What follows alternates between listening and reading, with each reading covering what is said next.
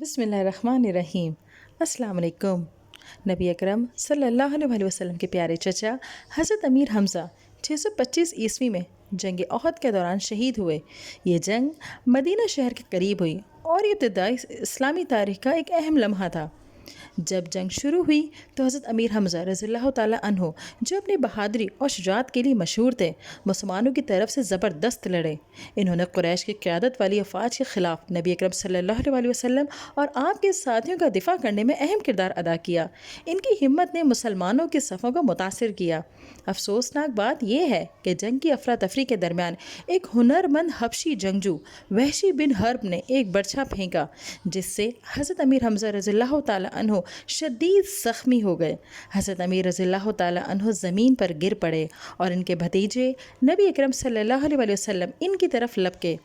اس نقصان کا دکھ نہ صرف نبی پاک صلی اللہ علیہ وسلم کے لیے بلکہ تمام مسلمانوں کے لیے بہت بڑا تھا۔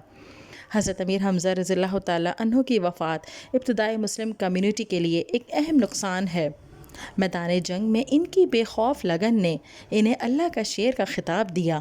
ان کی یاد اور قربانی آج تک مسلمانوں کو متاثر کرتی رہتی ہے، جو پیغمبر اسلام کے ابتدائی صحابہ کی بہادری اور عقیدت کی یاد دہانی کے طور پر کام کرتی ہے۔ ناظرین، اگر ویڈیو پسند آئی ہے تو اسے لائک کیجئے، شیئر کیجئے، کمنٹ دیجئے اور چینل کو ضرور سبسکرائب کیجئے۔